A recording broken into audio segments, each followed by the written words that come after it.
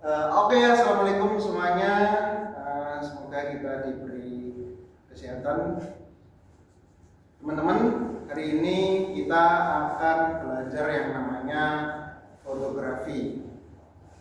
Sebelum itu, salah satu dari teman-teman kelas 10 bisa mencari jenis foto atau foto yang bagus di sosial media ataupun di internet dulu. Nah, kalau sudah bisa dipaparkan di sini atau di monitor ini. Lalu teman-teman, ada juga yang namanya kelebihan fotografi. Fotografi itu kelebihannya bisa menangkap suatu momen yang bisa dibilang tidak terjadi lagi gitu atau tidak dapat diulang. Selamat siang teman-teman. Kelas 10, hari ini kita akan belajar yang namanya exposure.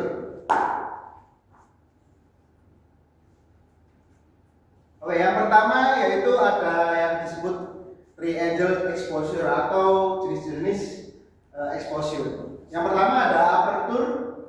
Aperture adalah seberapa banyak cahaya yang masuk melalui lensa. Yang kedua ada shutter speed. Shutter speed itu adalah kecepatan waktu aperture terbuka dalam menerima cahaya yang didapat. Yang ketiga ada ISO. ISO adalah tingkat sensitivitas sensor kamera.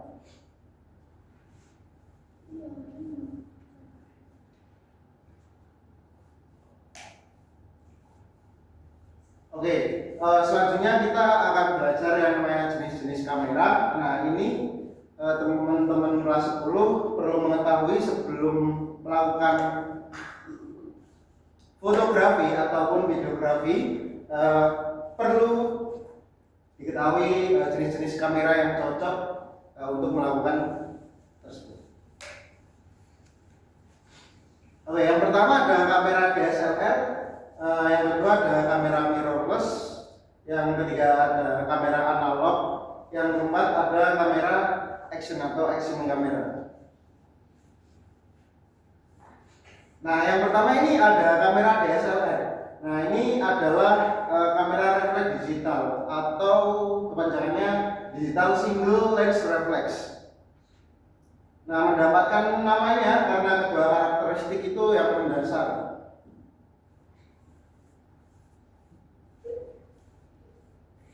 Nah, ini teman-teman, sebelum mengetahui kameranya lebih lanjut, saya ada komponen dari kamera DSLR.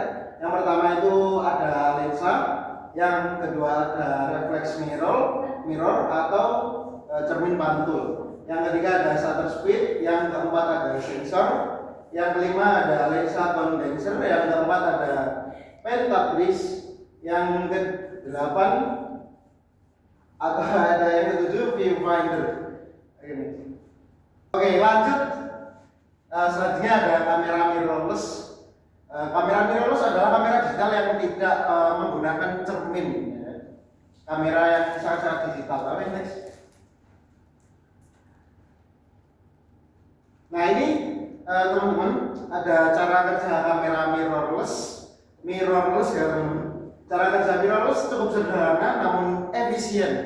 Nah, kamera ini menangkap cahaya langsung melalui lensa dan diterima oleh sensor gambar yang ada di dalamnya kamera.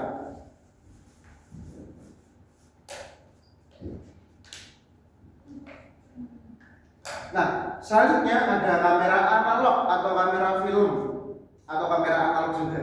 Nah, memang terlihat sedikit agak kuno, tapi kamera analog ini banyak digunakan sama masyarakat.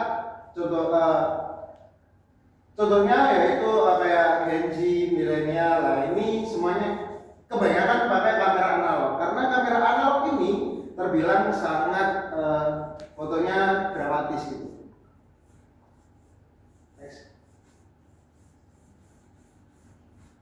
Nah, ini teman-teman bisa lihat ada komponen-komponen dari kamera analog itu sendiri. Nah, ini ada kegunaan semua kamera analog juga. Yang pertama ada mengisi film. Kamera analog bekerja dengan film sebagai media penyimpanan gambar. Anda perlu membuka bagian belakang kamera, kemudian memasukkan film, menarik ujung film hingga terpasang dengan benar pada gulungan penerima. Pastikan film terpasang dengan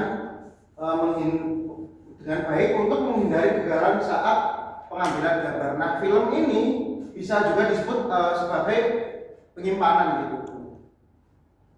Yang kedua itu, oke, sebelumnya. Nah, yang kedua dari kamera analog ini, dia itu bisa mengatur ISO sesuai kemauan kita sendiri gitu. ISO pada kamera analog bergantung pada jenis film yang digunakan atau penyimpanan yang digunakan juga. Yang ketiga, dan mengatur fokus dan exposure gitu. Pengaturan fokus dan exposure pada kamera analog ini biasanya dilakukan secara manual atau sesuai kemauan kita. Nah, yang keempat ada proses pengembangan film.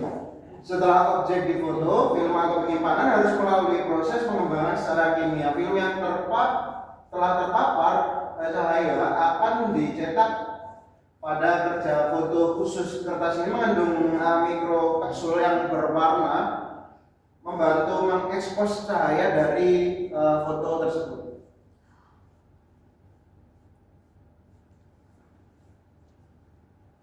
Nah, yang terakhir yaitu ada kamera action. Nah, kamera action adalah kamera digital yang memenuhi fungsi mengambil gambar atau merekam video saat orang yang menjalankannya melakukan aktivitas dengan kecepatan tinggi gitu, teman-teman. Bisa dikatakan juga ini sebagai kamera yang biasanya dibuat vlog-vlog atau semacamnya.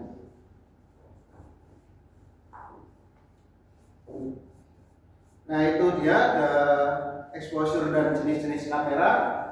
Oke. Nah, sekarang teman-teman bisa membagikan kelas ini menjadi 6 kelompok. Nah, setiap masing-masing kelompok bisa membuat poster yang di dalamnya itu ada foto yang dipilih dari internet atau sosial media dan dikasih deskripsi atau exposure-nya. Kalau sudah dibuat, kita bisa didiskusikan bersama teman-teman kelompok lain dan bersama saya. Nah, nanti ditampilkan di monitor, lalu kita diskusikan lagi tentang foto-foto yang sudah diambil dari sosial media atau internet tersebut. Nah, oke, sekian teman-teman